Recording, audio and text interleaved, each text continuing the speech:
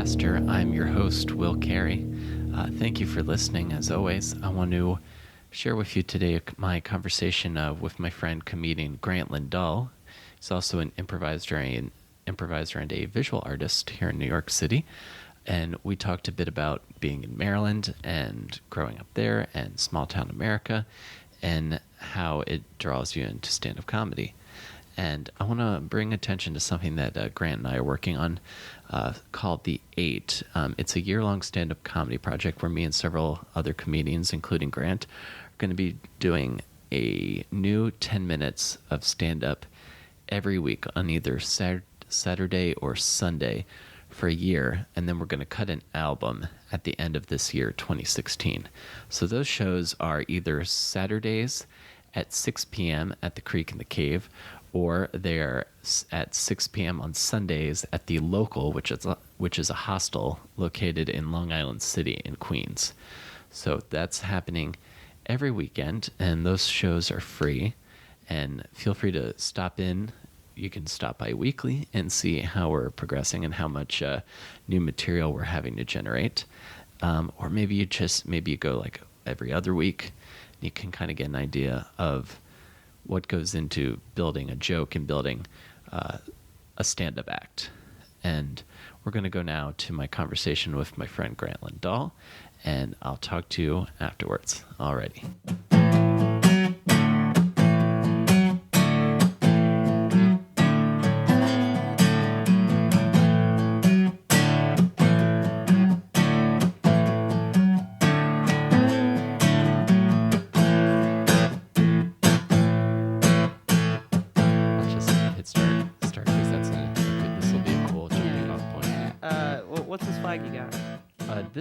This is actually the Catalan independence flag. In Spain, the province where the city of Barcelona is located is called Catalonia, and they want to break away from the rest of Spain and become a independent nation, and that's the flag of Catalan independence. Oh, cool. I've heard of Bilbao, but I didn't know about Catalan. Yeah, also wants to break apart. Yeah, Spain is ever amidst in the throes of revolution, and then it all gets tied into soccer somehow. Oh, interesting. Yeah, because I wore this Grant Lindahl, my guest on the show today, which I'm gonna record an intro anyway. But I wore this at a soccer game in Spain and was nearly beaten up by an unruly mob.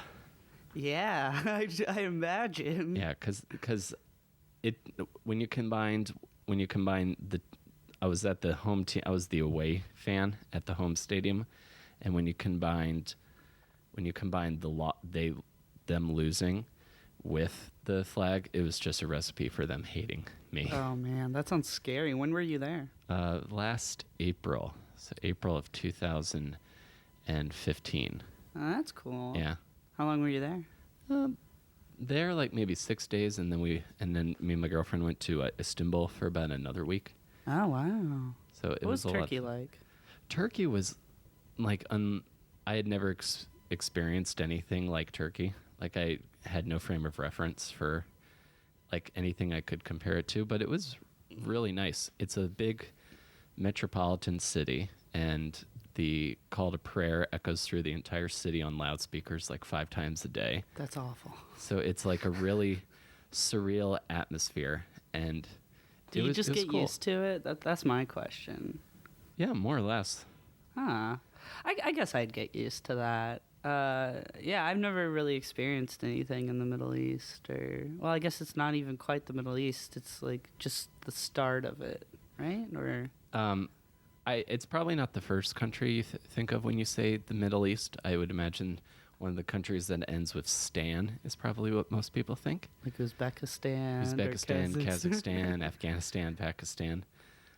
But it could be comparable to that. Right. I would think. But it's also like it's being modernized as well. Like there's a Shake Shack in Istanbul. I've always heard it's pretty European. It's like where the East meets the West. So, yeah. Because one side of the city's in Asia and then the other side's in Europe. Oh, that's interesting. Have you traveled much? So I grew up in the Air Force. So I've been some places Where have you been? abroad. I've been to China, England, France. Went to Mexico, Canada. Nothing too crazy. A lot of Europe. So. Awesome. What part of France were you in? I went to Paris. This sounds so douchey. I went to Paris for like 2 days Mm-hmm. because my dad, in the month of February, it's like super slow to travel for my dad's pilot for United Airlines, and I asked him, is there any open seats that he could pay like $80, and he'd like, you get if there's an open seat at the last minute, so you just wait in the Yeah, you just airport. kind of wait in the airport.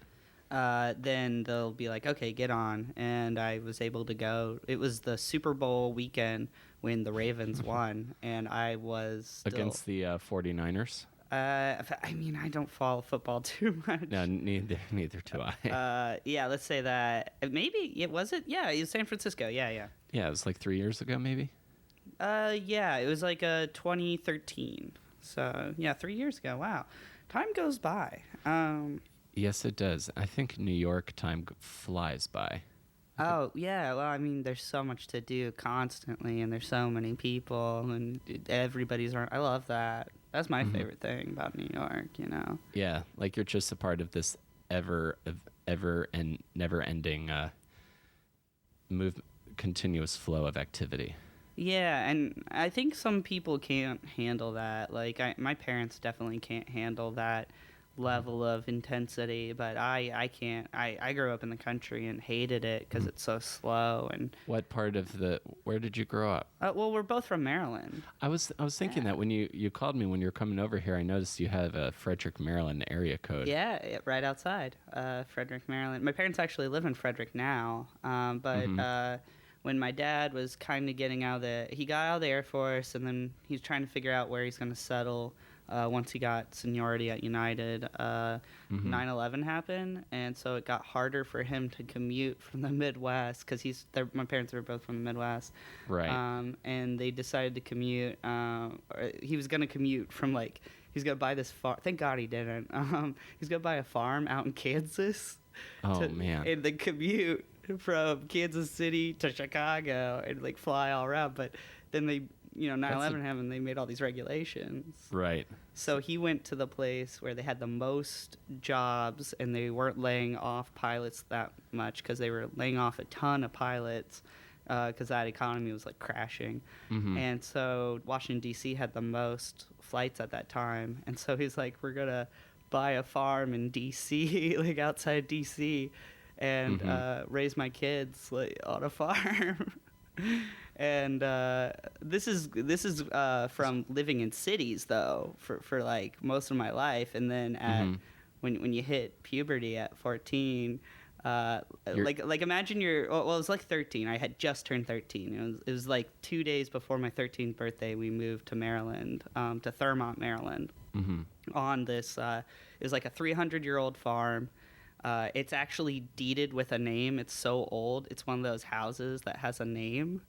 It's called Father's Farewell, and it was a garbage farm, abandoned farm that my dad bought for no money. It was 40 acres. Everything was falling apart. It had just not been taken care of for 10 years, and it had one working water spout. And we all had to share for 6 months at least, maybe it was shorter. We all had to share one bedroom because nothing else was kind of safe to stay in. So we all had beds. It was insane. And then you're just hitting puberty too. So you are hitting puberty, and your dad says we're going off the grid, and we're all going to share a bedroom. You're living. It's like Sarah Plain and Tall is what you're doing. What's that? Oh, it was Tall? Sarah Plain and Tall. It's based off of this. I believe it's based off of a book, but it was a really early Christopher Walken movie from many years ago. I think it played on the Hallmark Channel a lot. Yeah, I mean, I don't know. My dad, his family, they all grew up on farms, and I guess he wanted his kids to experience that life. And I kind of thank him for that because I hated it so much. I wouldn't be a comedian if I wasn't living on that farm. Okay, yeah. So those are like he was tilling and sowing the seeds of your journey into the arts there. I think like if it's pretty much the formula of like how can we make the most angstiest kid ever. Let's because like before that we were like living in Chicago, and even though we were in like the Midwest, we were like in Kansas City for a while, and like and even when we weren't living in cities in the Air Force, we were either on base or we were like in a suburban place. But then my dad, are you familiar with like Thurmont or the Frederick area at all? A little bit. I dated a girl in college who lived in Frederick. What was her last name? Cadigan. Cadigan? Oh, that sounds a little familiar. Oh, really? Oh my God, it's such a small area. It's not a bad last Well, name. let me ask you this: what high school did you go to? Catoctin High School. Catoctin. Okay, she went. Did she go TJ or Frederick? Walkersville. Oh, that was our rival. My mom taught at Walkersville. Oh, really? Yeah, go Lions. Oh, I see. It is such a small world. I could trace that I would trace this interview back to someone I dated 10 years ago now at this point. Man. What was her first name? Was it like a Lynn or an Ashley? Or I'm trying to think of like a redneck name. Was she a redneck? No, she wasn't really a redneck. She was a goth. Ooh. She was a goth. Her name was started with a C. I don't know if I should give out. No, she's got a married. She's married now, so her name's different. But her name is even more goth now. Yeah. Well, because that sort of started also after we broke up, and that was like again my first real relationship. So I was just like hopelessly like this nothing will ever hurt this much ever again.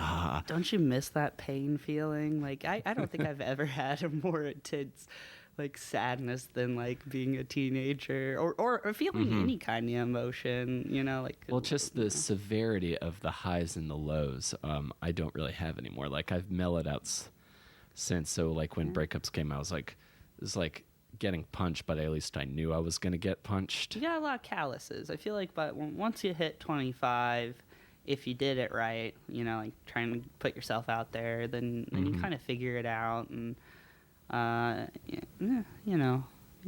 right. There's always new surprises, though, in relationships that devastate you. So that's always fun. Absolutely. I imagine I'll learn more. Oh, God. I'll discover more of those. Well, for what it said, it seems like you have a nice relationship. Your girlfriend's always really nice to me, so. Oh, yeah, she's great. She's great.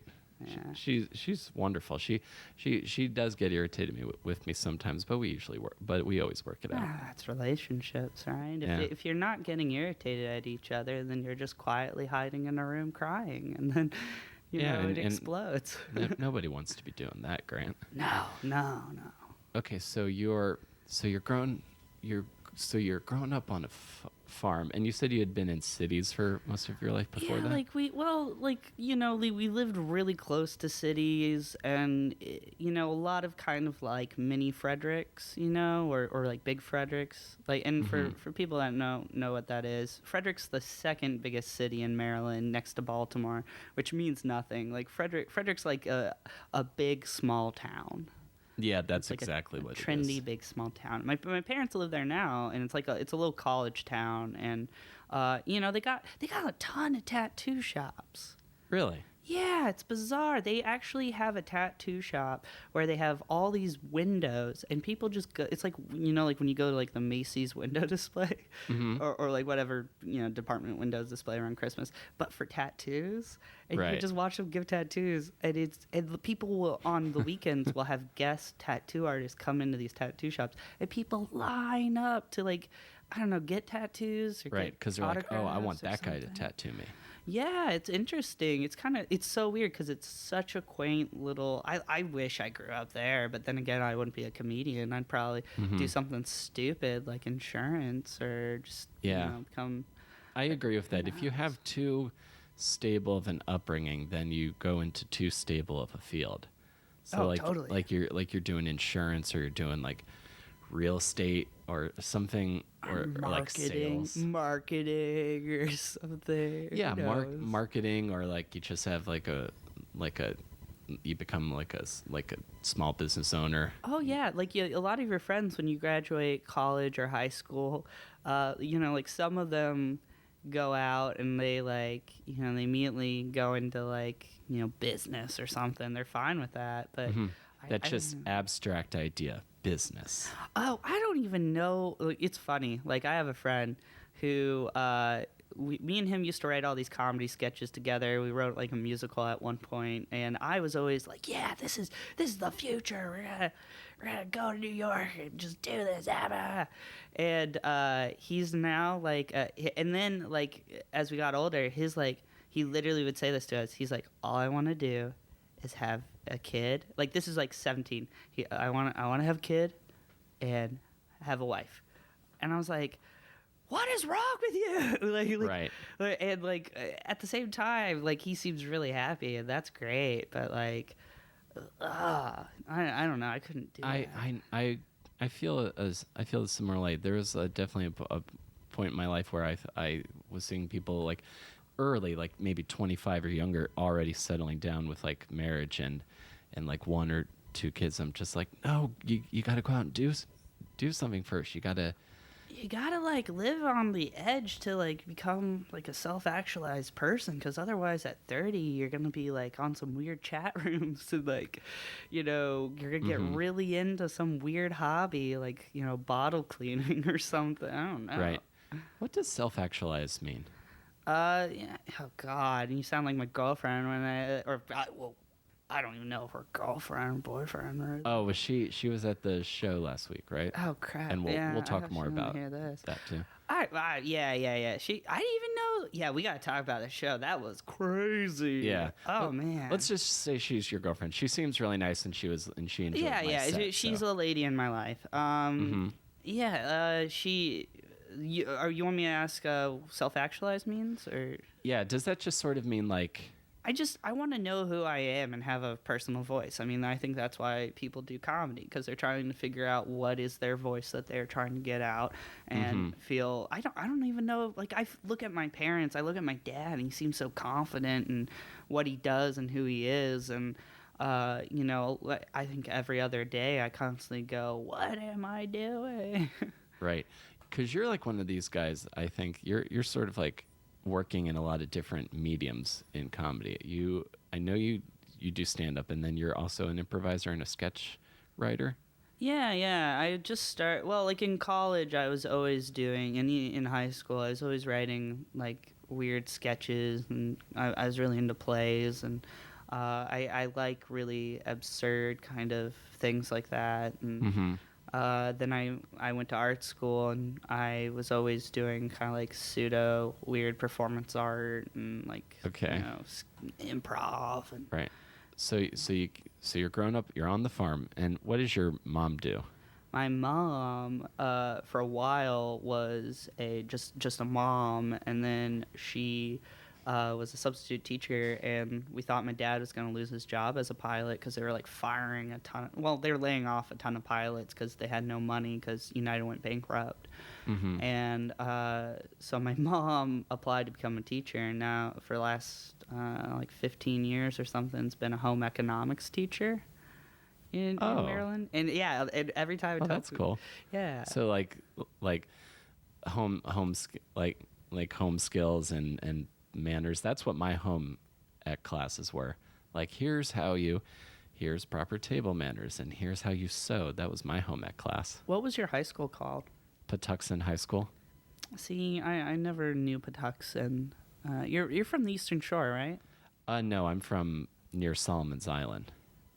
In Maryland. It's sort of like if Frederick's up north, and Calvert County, which is the county I grew up, because my actual town is so small that I'd have to say what county I'm from for it to make sense. It's right where St. Mary. That's most Maryland, though. Yeah, it's right where you would go into St. It's right on the border of St. Mary's County. Okay. So it's further south, near where the Patuxent River goes into the Chesapeake. Yeah, Frederick County would. How did you meet this girl from Walkersville then? College. Oh, where'd you go to college? Towson University. Oh, my sister goes to Towson. Oh, yeah? Yeah, It's a great, go Tigers. Yeah, Towson Tigers, fight on black and gold. Well, I went to Micah, Maryland Institute College of Art.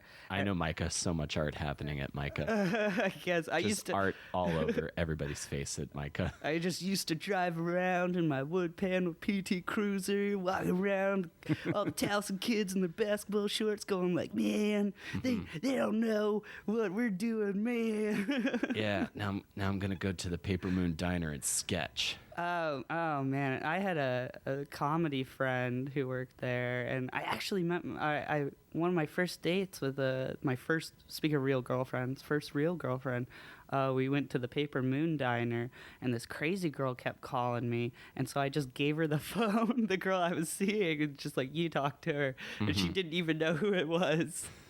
And so this crazy girl who was super drunk just was like, "Who's this?" And like this sweet girl that I went on this date with, I was like, "You deal with this," and then I went to the bathroom. Oh, that's always a good time. Well, let him know who you really are off the bat, right? Yeah, she looked horrified. I thought it was funny. That's funny. Okay, and what did you have a specific field that you were studying at Micah? Yeah, I ended up getting a degree in experimental animation. So okay. it's pretty useless. I enjoyed it at the time, but I feel like my dad wanted me to do graphic design, and I don't think he knew what graphic design was. And what's kind of dumb is that I do a lot of it now just for money, and I kind of wish I did it, because that's before I started really taking comedy seriously. And so I was like, man. Tell me about experimental animation. Basically, I wasn't like hardcore about cartoons, but I liked the idea of you didn't need actors for the sketch you were doing, so you could just be a control freak and just make a film. But the problem with that is it takes forever, and I liked the challenge, because I was a dork and didn't have anything else to do. So sitting in a dark room with a stop motion camera, pressing a button for an entire weekend was like, I felt accomplished at least, or it was so hard that I was like, at least this validates an art degree, but really, So there's a lot of stop motion. Yeah, I mostly did a lot of paper stop motion. That was a thing I really enjoyed, where I put the camera above, like I'd have my set, and then I'd have the camera looking down on it, and I would just move the paper a little bit, and I'd make little characters, puppets that lied like flat,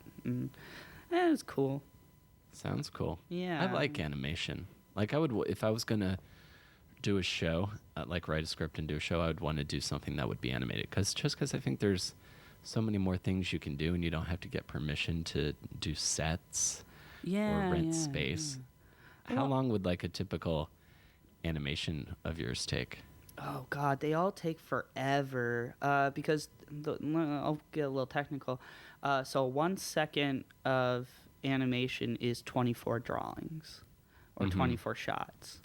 So, depending on, like stop motion, I can go a lot faster. It's just, to make the character takes a long time.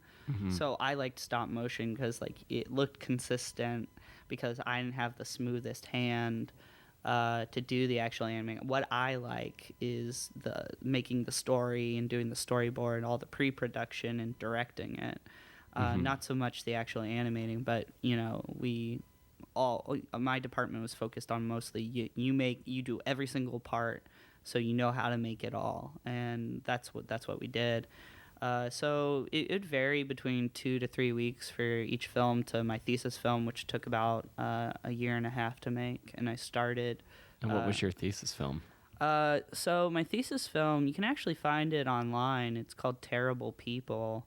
And it was about me and the first girl that my first ever serious girlfriend. It was like a satirical thing I wrote about this couple that goes on a hike, and then it's so camp. This couple goes on a hike in my hometown of Thurmont, Maryland, and they one guy says, I'm going to move to San Francisco.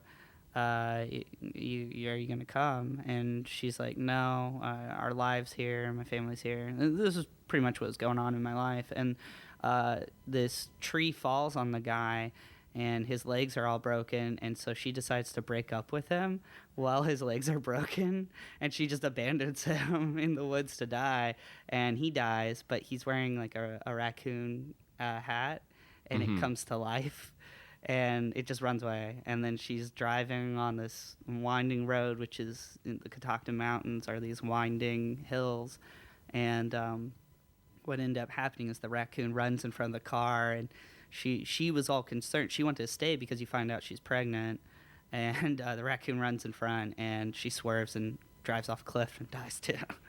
It was a super dark movie that I made. Oh, that was your adolescent first heartbreak angst. Yeah, well, I made it. That's your equivalent of like a punk rock song.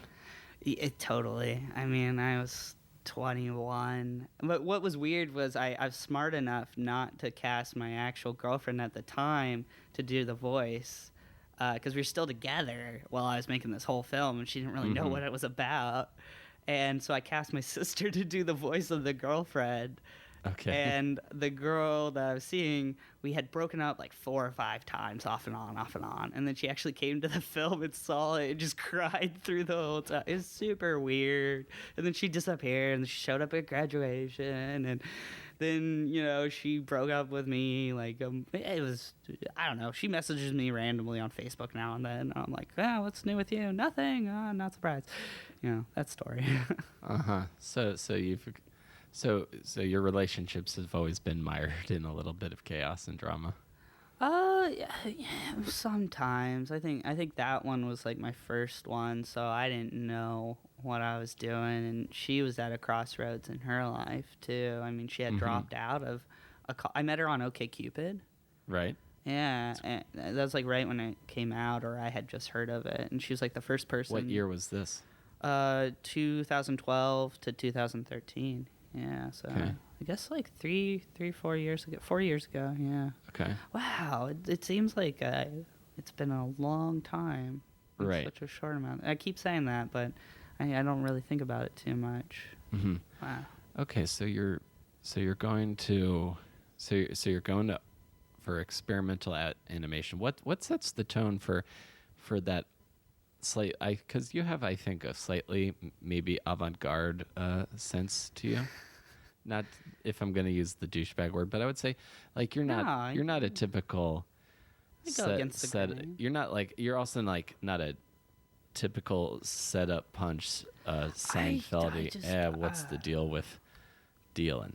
I just fuck around. Like, I mean, I respect a lot of that because it's smart and they can do it really well. But I like silliness and absurdity. And a lot of times, you know, this sounds so stupid, and a lot of comedians will hate this. I don't really care. But a lot of times with comedy, I don't know if you necessarily have to make them laugh.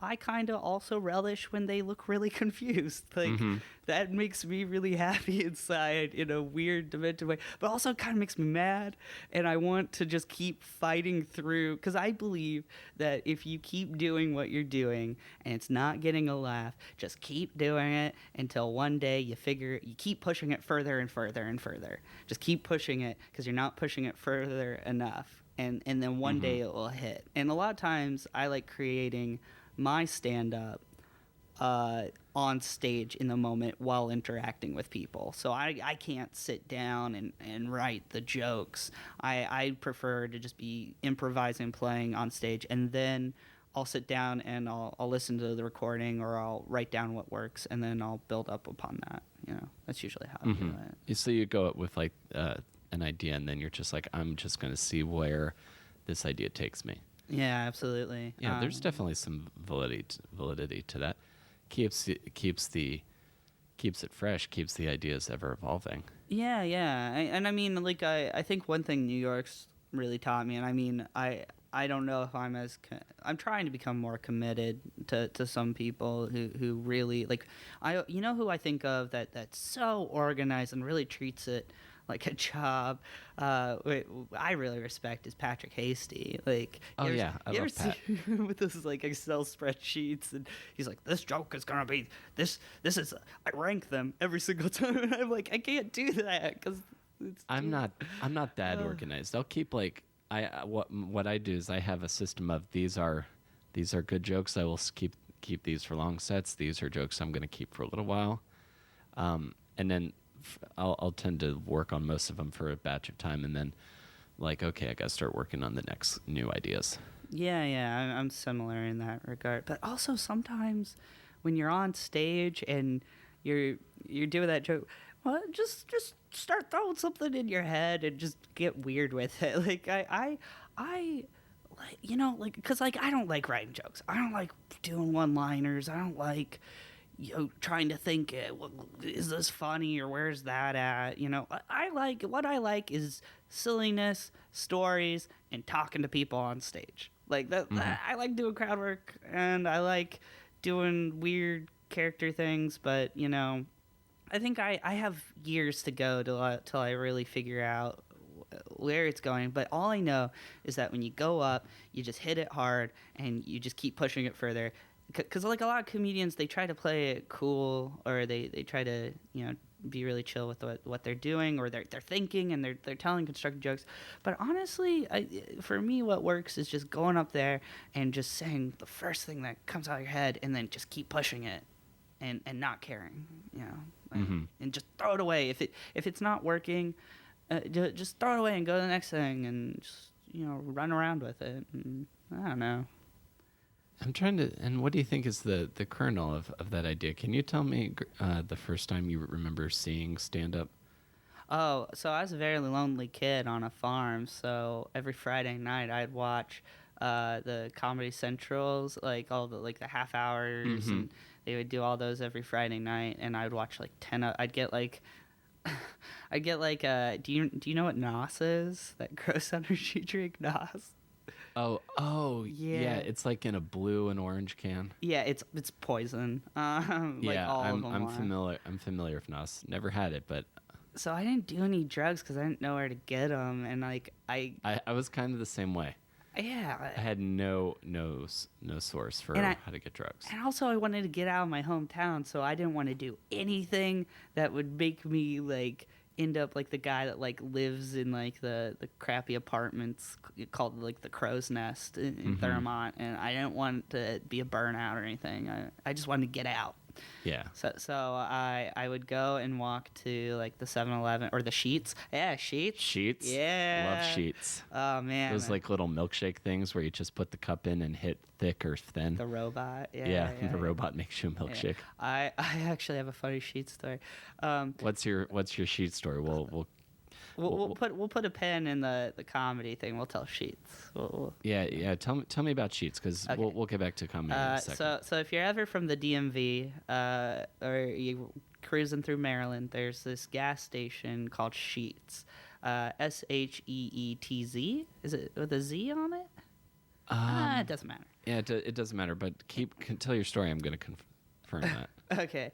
So Sheets, basically, I was going to high school. I was a freshman in high school, and I was actually on the soccer team, which was a bad idea because I sucked at soccer. But they just like, I wanted friends, and I knew this guy that was doing it, and I wanted to be cool. So basically, we would all walk to Sheets, and I bought one of those gigantic. It was like the first time I had like a summer job, so I had disposable income, and so I bought one of those gigantic like trucker like drink things. Like it's a gallon jug. Yeah. But you're supposed to like with a straw in it, pretty much, and it was like refillable. And I was like, oh my god, I'm gonna drink a gallon of soda. So I bought one of those, and I chugged a gallon of orange soda before soccer practice, and then vomited on myself in front of the entire soccer team, and everybody hated me. And then I told, Yep, that happens. yeah, and then I left my soccer jacket in the locker room and then went back to practice. And then when I came back, the entire football team threw it in the toilet and took a shit and just peed on it. And so then we started like this great war between the football team and the soccer team, which went from hating me to hating the football team. And then I told my dad, I was like, the football team, I got in his truck. And my dad's like, "How you look awful," and I was like, "The football team peed on my jacket, and it's in this grocery bag, and why the people are mean?" And my dad goes, "That's hilarious." He laughed so hard. That is hilarious. I was like, "What is wrong with you?" But yeah, God damn it! Like there are not enough painful moments in adulthood to make that real good chunk of comedy Right. happen. Well, that certainly is going to turn you away from sports. Oh, dude, when somebody hates me, I'm not trying to be their friend, but I will not let them get away with trying to push me away, because I will stay at a job where everybody hates me, and I will just white knuckle it because I know I'm making them a little miserable too. Right. Because I'm just so stubborn. Well, not with relationships though. Like with relationships, I'll peace out, but. Right. With people I don't really care about, like a soccer team or like a crappy job or something, I'll just totally power through. But yeah, that's my little Sheets story. There's so many Sheets stories. You know? And Sheets from the area that we're from it's a mythology. Love Sheets. Like I was doing a short film I was acting in a couple of years ago, and one of the actresses that was in it originally from California, was living in New York.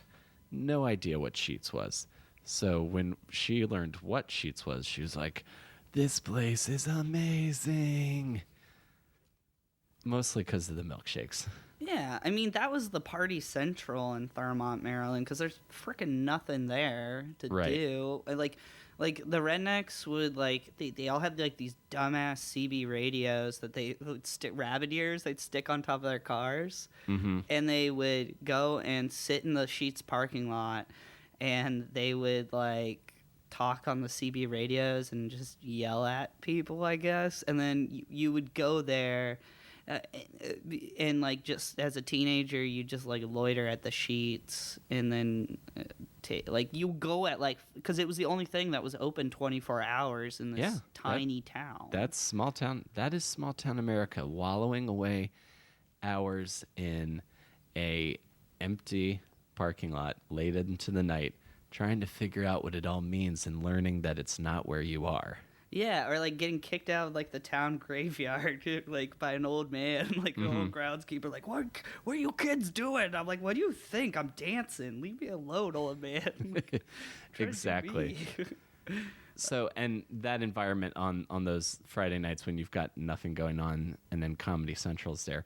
I've talked to a few people. Those blocks of half hours were important for so many of our peers. They don't have I guess YouTube killed that, but like, it was a big deal for me because otherwise my parents didn't listen to any comedy, and I had never really been around a lot of it. And, you know, I didn't have like a lot of friends or anything because, I mean, like we lived in the freaking middle of nowhere, and I had no car, and my parents were like, "I'm not going to drive you to, you know, Rocky Ridge or, you know, wherever people were at." Sure.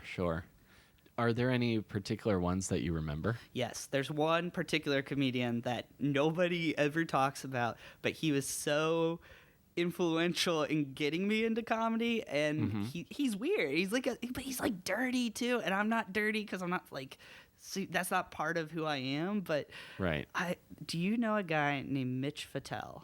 Yes. Oh, I know Mitch Fattel. I met him once. When I was working the door at the when it was called the Laughing Devil, he did a weekend there. Yeah, but like the really messed up thing though was his weekend there was the same. It was like his first night of shows was the same night that the Sandy Hook shooting happened. Oh, god damn. So there was like 15 people in the audience, but they had a great time. And there was just like there were tons of cancellations, but he put on a great show, and he did a lot of crowd work, and it was really good. So Mitch Fatel, yeah, he's sort of like, What happened to him? I think he still tours. He's still around. He's a funny guy. So. He's very funny. I haven't seen him lately, so I don't know what he's doing now. But yeah, he sort of his delivery is that of like you'd think he's like mentally challenged, but he has all these incredibly vulgar jokes. Yeah, does he talk that way normally, or is that an act? That's more or less his personality. He just plays it up a little bit, I think, when he's on stage. Like his favorite joke that I really like is the one where he says, "People often wonder if I am retarded." And then he says, "I am as retarded as you can get and still live alone." Oh my God! Like, it's a funny joke. That one was so good. Just I don't know why that one particularly stuck out. Just because I think he wasn't trying to be cool. He wasn't trying to be like this confident, normal dude. It was this weird vulnerability that I was, watching on this TV screen and then I bought it, and then iTunes came out and I bought his album and stuff. And just like I remember I was so. It's so weird thinking it was not that long ago, like 5-6 years ago, that I would listen to a stand-up and he would like talk about like sex or something, and I'd have the headphones in and I'd look around and be like, oh God, he said that. I know. You can't say that. Like I'd be like, I'd get like that Catholic guilt shame of like, people, I'm listening to something dirty he's talking about. I'm trying to remember all. See, like I know a lot of his bits, but I can't remember them exactly. Right. Just remember the overall tone. Something about muffins. He had like a ton about I remember. Much he loves muffins. Yeah, well, his first album, I think the pictures like him holding a tray of muffins with like two like hot ladies. I think his last one was like Sex Wizard or here's a joke that he did that I think maybe on his latest album was like this girl wanted me to make her first time magical, so it was like dumb. I can't do it, but he's like, make her first time magical, so I'll put on a wizard hat and wave a magic wand or something. And it's all around about his delivery, really. But yeah, I loved his stuff so much. He was actually a big influence. And then it just once iTunes came out and stealing comedy off of the internet, I think that was within a 6-month time of me starting to watch constantly, because I was actually allowed to stay up late on Friday night. I had really strict parents. Strict, and you were brought up super religious? Yeah, my mom and my dad are both pretty Catholic, in the sense that you're like, we're gonna go to church every Sunday, and you're like, why? And they're like, I don't know, it's what we do. They never give you like a reason. They're like, it's a thing, we go because we did it forever. And, right. Like my mom was raised like her mother's Croatian and like super religious, but always been kind of like chill. She's always been like kind of understanding on like we took her to the Book of Mormon. Oh, I hear that beep too. It's weird. I know. I wonder if you're picking up something from the room. I thought about that because I did have it over on the other side of the room. And I think maybe we're picking up a computer or something. Or maybe like something in your kitchen. Possibly. Or my roommate's got a Nintendo Wii. I'm just trying to think of every conceivable thing. Your roommate's hooked up to like a breathing machine or something. I hope not. What if your roommates were like 90-year-old men and they're like, these are my roommates and they party really hard. You just throw a beer at Yeah, they're always going out swing dancing. Oh, I hate swing dancing. It's the worst. I'm not good at it. Overly Christian people love swing dancing, and closeted gay men. Like I've discovered in my life. Like I can attest to that. Like you're at a bad party when a couple starts swing dancing, and it's not swing dancing music. Right, and everyone just immediately clears and gives them space, and then there's just only the swing dancing happening. and I'm filled with rage, like so much rage. I'm like, stop it! This is awful.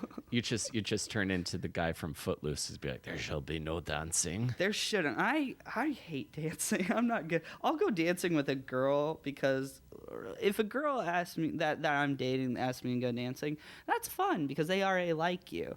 But like if do you go to clubs? Have you ever been to a club in New York? Have I ever been to like a club in New York? Yeah. Not really, no. No, it's awful. Why would anybody want to go to those? I don't want to stand in line to be hot and have too much noise. And bothered. Not even bothered. Well, bothered in the sense of like everybody is irritating the hell out of me right now. Oh yeah, I went to one club once in Canada because I was at a computer graphics conference, and they had like a... Where in Canada? Vancouver. Cool city. It was a very cool city. I stayed in a hostel where two guys had sex underneath the bunk bed I was in.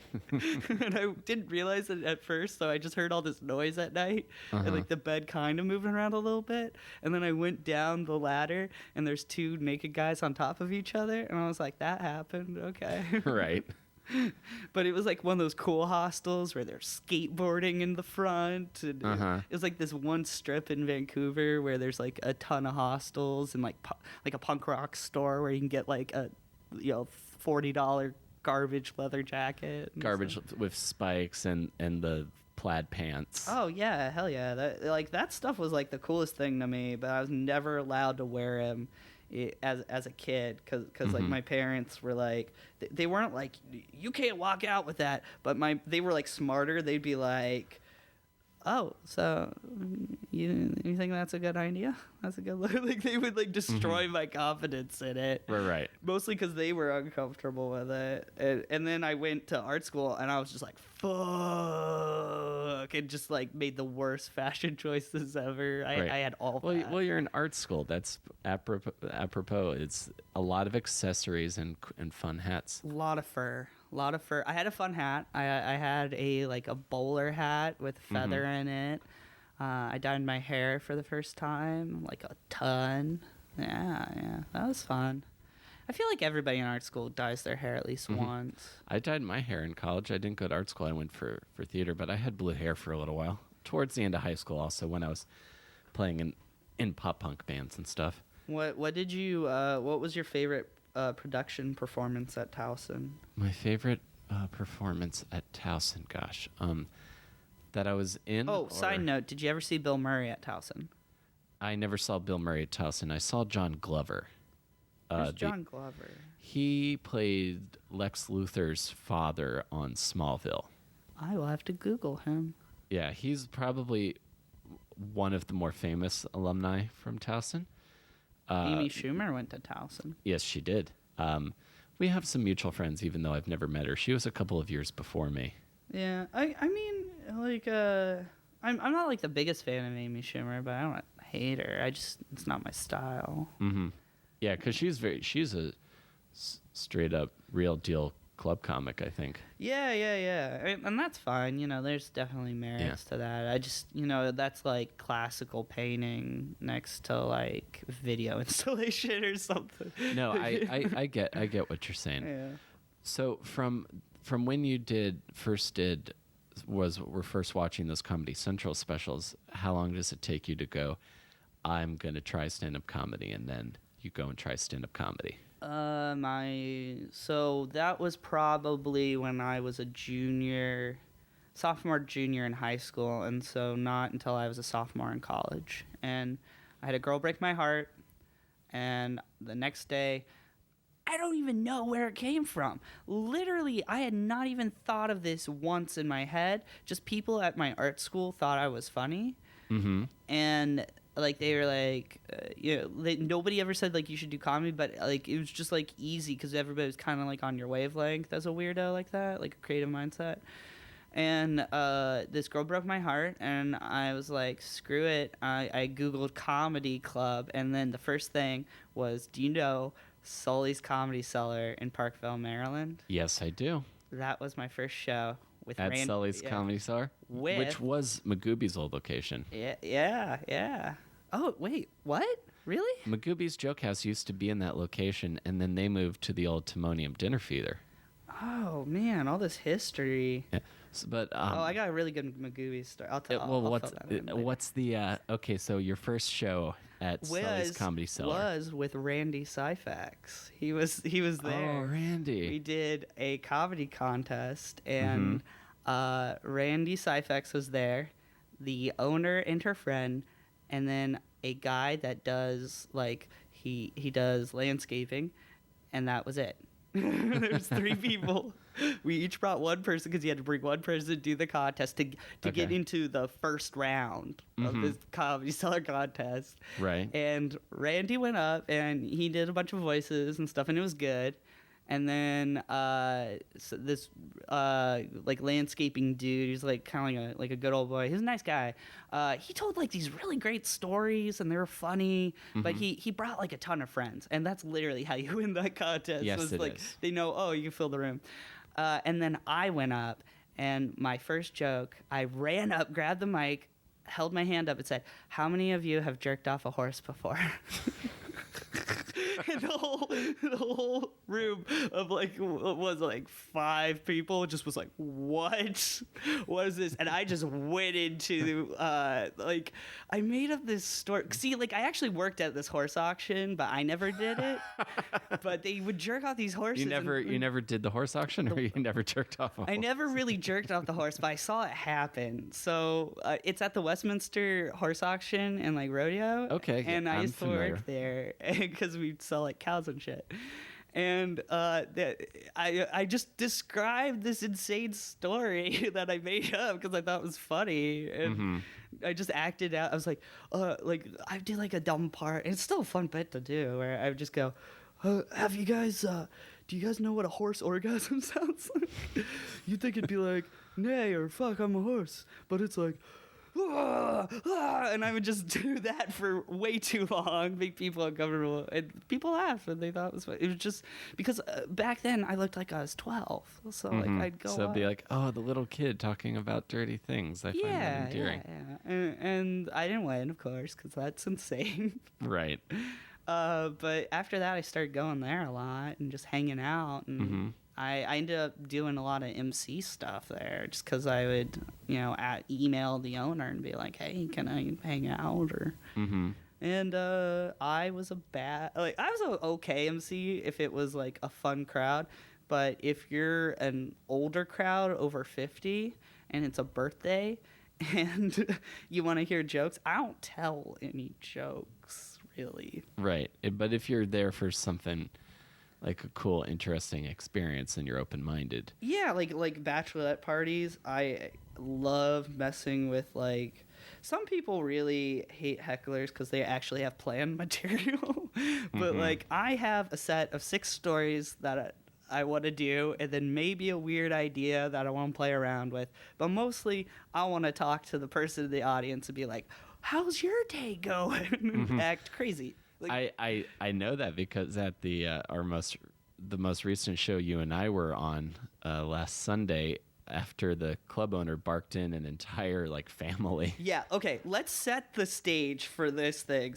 Yeah, because I got there late. I had a friend. I was coming from a dinner party, and I had a friend drive me to the Experimental Comedy Gallery. Yeah, Experimental Comedy Gallery. So what was going on before I got there? And No, we need to go back to the start of the month, Will. Okay. Because this is movie good. stuff. No, this is good because I want to talk about this because this is part of this year-long project that you, me, and a bunch of other comics are doing. 9 people, yeah, including me. Yeah. Yeah. Oh, sorry. Oh no.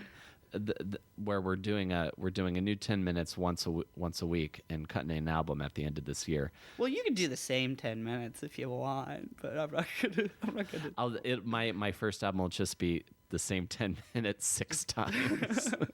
52 times. So yeah, set this up. What happened? So I created this project because I hate doing open mics, and the way I create material is just kind of getting up there and figuring out what sticks.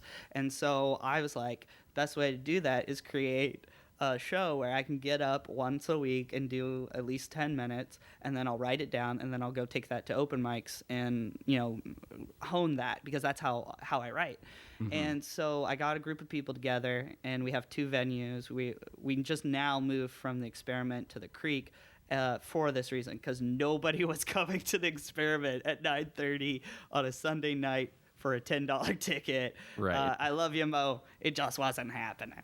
It's a hard sell. So for non-comedy people that are listening to this, I doubt that. I think it's probably mostly comics that are going to listen to this. But for comics or people who don't know, imagine for 5 weeks talking to an empty room of comedians that have heard you do this bit every time, and to their favor, they're good sports about it for the most part. It's like being the captain of a pirate ship, and you're like, I just hope they don't mutiny. Give up once. Right. But so it was bad. It sucked. It was cold. It was desolate. Nobody was there. It's just the fluorescent walls, and just watching people like walk past it in Williamsburg, and nobody wanted to come to it, and it was tough. But that's what comedy's about. You're persevering. You're hitting, and then the last Sunday, I'm sitting there, I'm getting it ready. I'm like, oh, well, it's gonna be like this again, but whatever. I'm just gonna keep talking, and maybe something will stick out in my mind. It'll be good, and I'm gonna support everybody because I love what they do, and I'm gonna be the best audience member that I can be. And the girl that I'm seeing and her friend from out of town show up. And I didn't invite her. I was like, oh, fuck. This is going to suck, because it's going to be me doing stand-up to 2 people that I see a lot. Right. In an empty room, and I told them that I'm trying to become a professional comedian. Like, oh, great. This is I've been there. Oh, I was like, this isn't the first time. The first time my now girlfriend wanted to see me do stand-up, I was like, oh, I could come to this show. I was like, it's kind of late. Why don't you come to this one on Sunday? Because I know there's going to be people there. Oh, yeah. We're there? Oh, at that show? Oh, you meant come to a better. Show. Oh no, I meant like this is this is like almost 2 years ago. But I was like, no, I have this other show coming up. I think there'll be more people at this show. And there were. Oh, that's good. And then it went better. Okay, so there are 2 people in the crowd. Yeah, and I'm like, oh great, I have to perform for this girl that I've only been seeing for like a week, and she's never seen me do stand-up before. Great. And then so I'm kind of like stalling, and Mo and I are standing outside, and we see this like group of like 15 people or something like that. Let's say like 12 people, and they're by this fence in Williamsburg by the water, and this old dude is climbing the fence, and I start shouting at them like, hey, you like comedy? We got candy. We got Kanye West.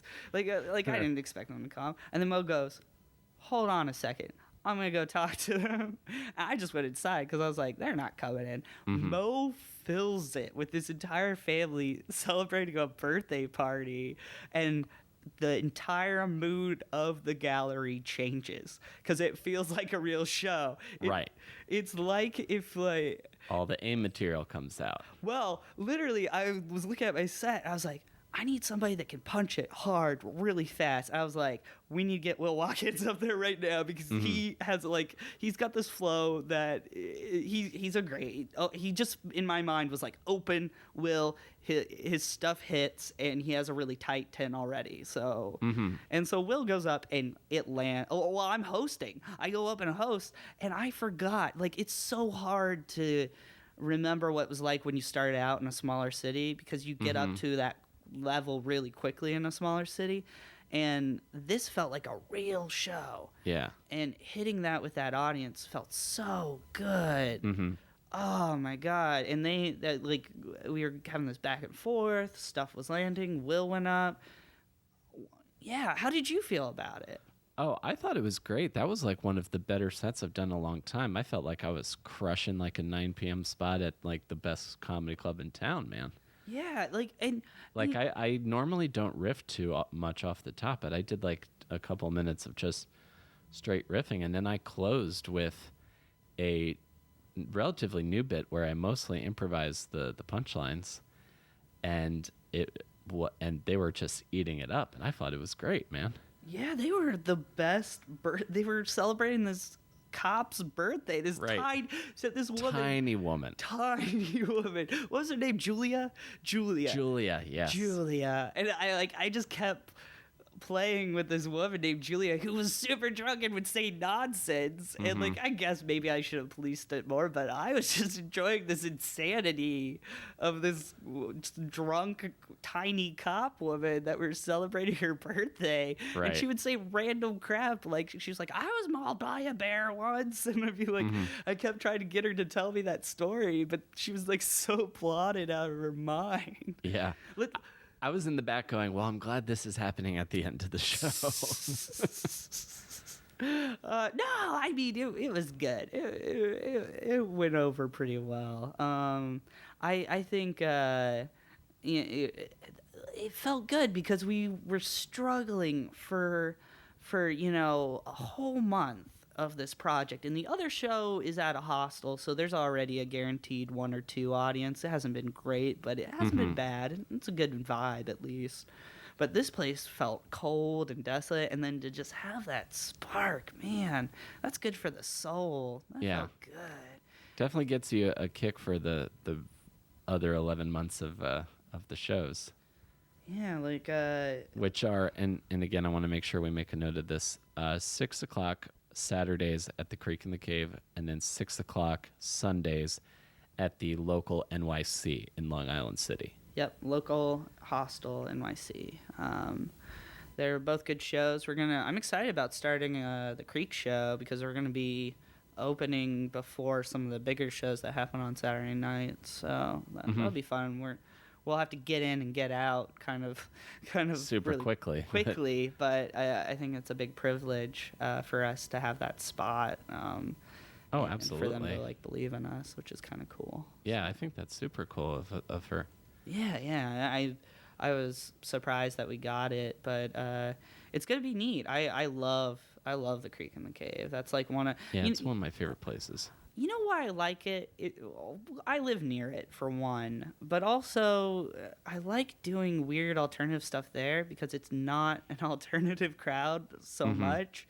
And, like, to fight that battle is so fun for me. Because it's like, I would love to go to places...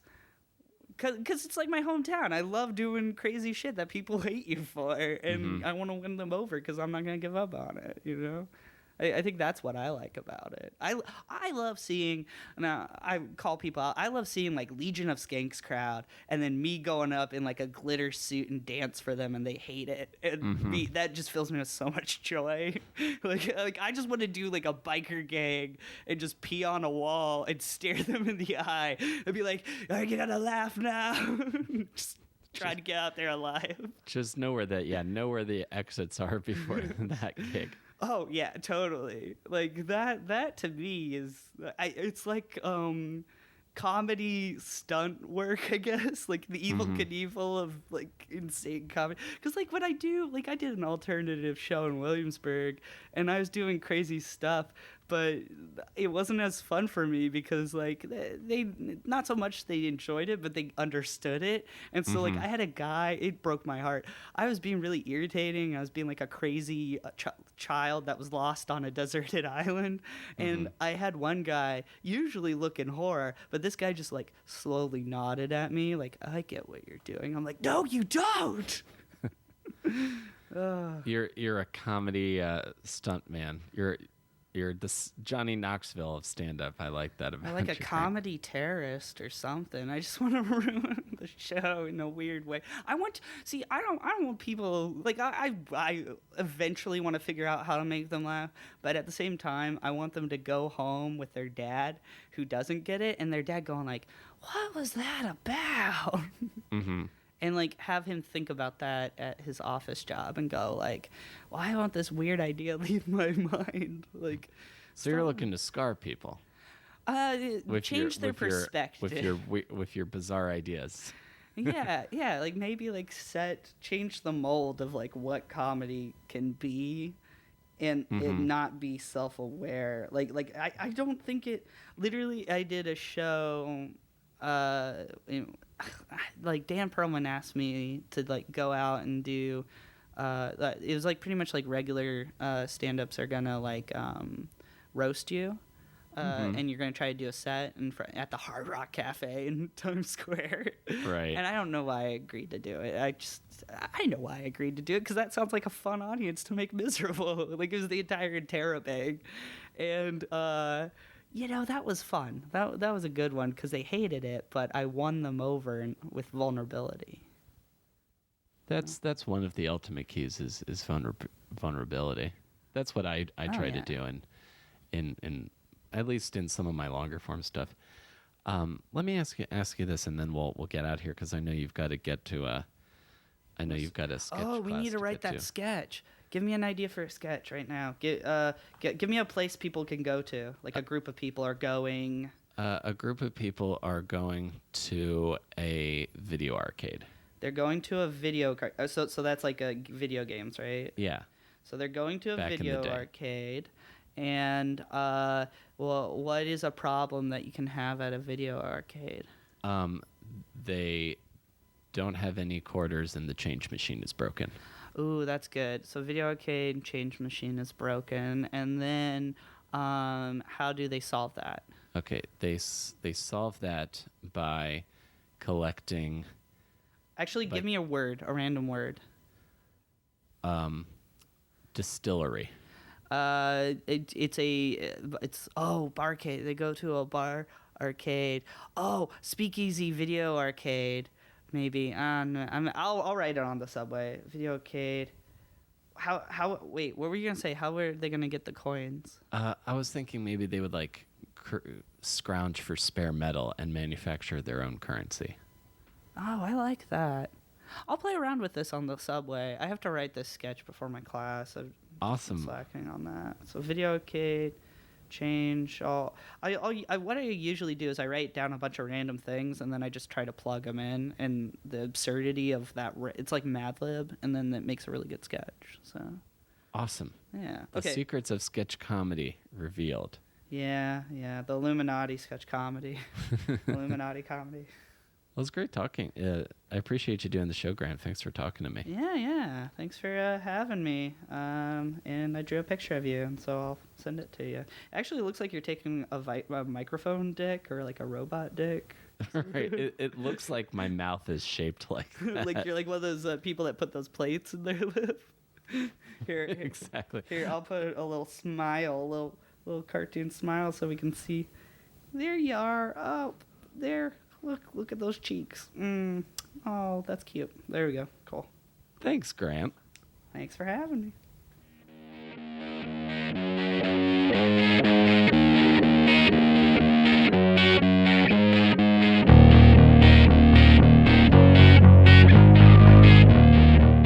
What an interesting guy, Grant. He has a perspective on art and on stand-up that's different from mine, and it's really interesting to hear a contrasting point of view when it comes to the purpose of doing a stand-up comedy show. So I really enjoyed talking to him. And if you go to my Instagram, which is Will Carey, Carey 23, you'll see a picture of you'll see a photo of the picture that Grant drew of me as we did this episode. And if you're interested in checking out one of the shows that we're doing for the 8, you can go to facebook.com/the8 comedy show. That's facebook.com/THE8 comedy show. And if you want to check out on anything else related to me, you can go to willcareyisfunny.com. That is Carey is funny.com. And I will see you on the next episode of Between Awesome and Disaster. Have a great day.